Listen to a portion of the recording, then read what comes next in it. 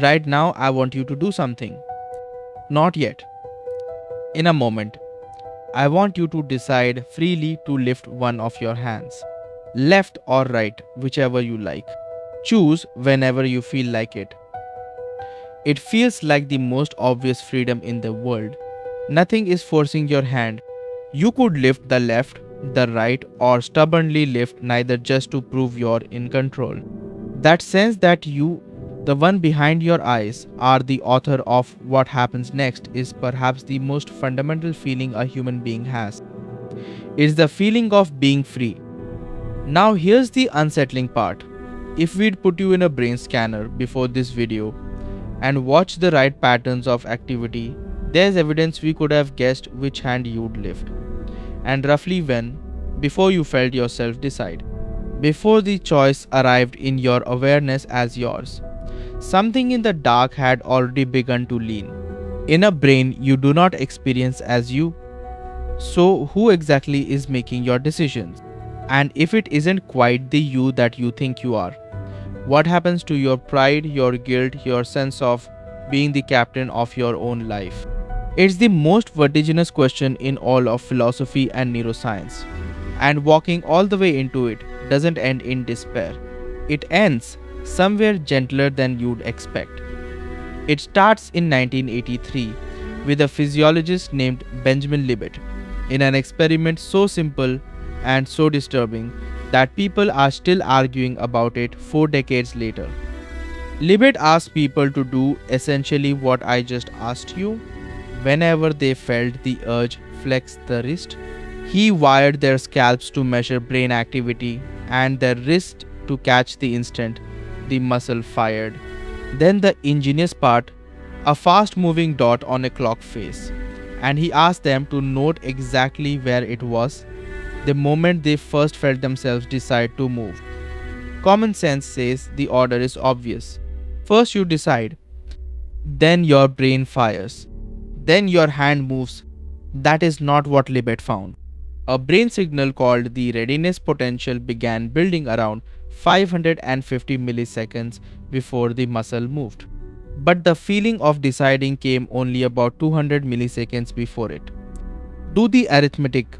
The brain began preparing to act roughly a third of a second before the person had any conscious awareness of choosing at all. The brain moved first. The feeling of deciding came second. Consciousness wasn't the author of the act. It was more like someone handed a memo about a decision already made and mistaking the memo for the meeting. Now you might think, a third of a second, that's tiny. Maybe a fluke of a crude experiment. So here's what happened when the technology got better. In 2008, a team led by the neuroscientist John Dylan Haynes ran a modern version using brain imaging.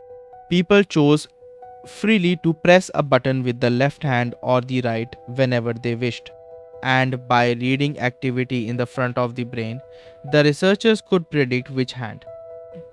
Not a third of a second early, but up to 7, in some cases 10, full seconds before the person reported deciding. But be honest about that prediction, because this is where the story gets oversold. Nobody was reading your mind like a crystal ball. The accuracy was only about 60%, better than a coin flip, but not by much. Your fate wasn't written in neon seconds ahead. It's the direction that's unsettling. Seconds before you feel yourself decide, the scales in your brain have already faintly begun to tip, and it doesn't stop at buttons. Every thought you have arrives the same way, fully formed from a place you cannot see and did not build. You're aware of the output.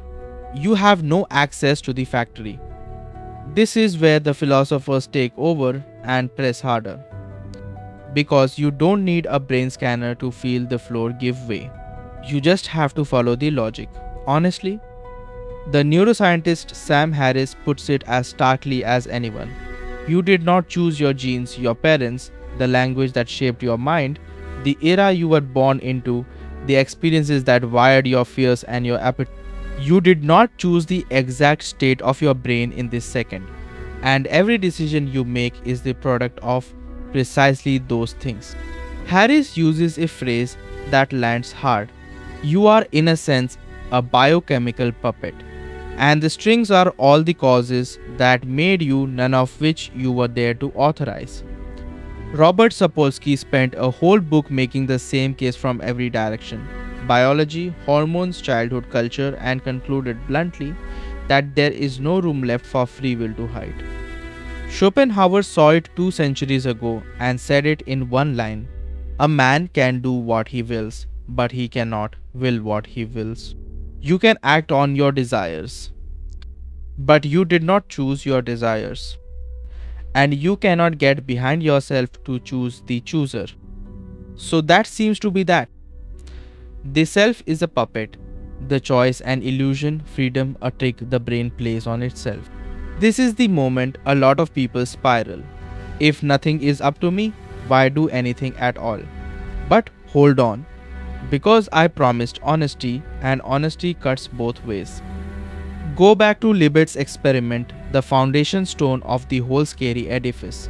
In 2012, a neuroscientist named Schurger looked again at that famous readiness potential and offered a very different reading. The brain is never silent. It's a restless, noisy organ, always rising and falling. Asked to move at some random moment, your brain may simply be waiting for one of those fluctuations to drift high enough to tip you into action. On this view, the readiness potential isn't a decision being made behind your back. It's just neural noise accumulating until it crosses a line. The hum of an idling engine mistaken for a verdict. And notice what else honesty demands. Every one of these experiments is about the most trivial choice imaginable. Flick your wrist, press left or right. It doesn't matter which. And precisely because it doesn't matter, there's nothing to deliberate. So of course the choice bubbles up from somewhere automatic. But that is nothing like the choices that define a life. Whether to forgive the person who hurt you, whether to leave the marriage, whether to tell the truth when a lie would be easier. Those aren't random flicks. They're made slowly with reflection, doubt, and revision. To stretch an experiment about twitching a finger over the whole of human agency is a leap the science does not license. The door is not as firmly shut as the headlines claim. So where does that leave us? Somewhere more interesting than either extreme. Because I don't think the deepest problem here is the neuroscience at all. I think we've been asking a confused question from the start. We keep imagining free will means a little commander living inside your head, separate from your brain, standing outside cause and effect, issuing orders from nowhere. And when the science shows there is no such commander, we panic, as if that were the only kind of freedom worth having. But the philosopher Dennett spent his life arguing it was never the freedom worth wanting. It was always a ghost we invented. And losing a ghost is no real loss. Ask instead what freedom could mean for a real creature in a real lawful universe. It means this: you are the kind of system that can take in information, weigh it against your values, be moved by reasons and by argument, and change your course. A rock cannot do that. A thermostat cannot. You can when you sit with a hard choice and let it be shaped by evidence and conscience. That deliberation is real, and it genuinely determines what you do next. That it's made of physical processes doesn't make it fake. It makes it the part of the world that actually does the steering. You are not a puppet with the strings hidden. You are the one place in the causal chain where reasons get weighed and the future gets decided. And even Libet saw a crack of light he called free won't. In that fraction of a second between the impulse arising and the action firing, he believed conscious awareness could still step in and veto the urge to snap, to reach for the drink, to send the cruel message may arise unbidden. But there is a space, small but real, in which you can decline it. Maybe freedom was never about authoring the first impulse. Maybe it's about what you do in the pause after it arrives. And here, at last, is why walking into this abyss doesn't leave you in despair, but somewhere more humane. Because letting go of the little commander changes two things, and both are gifts. The first is compassion. If no one, truly no one, is the ultimate self made author of themselves.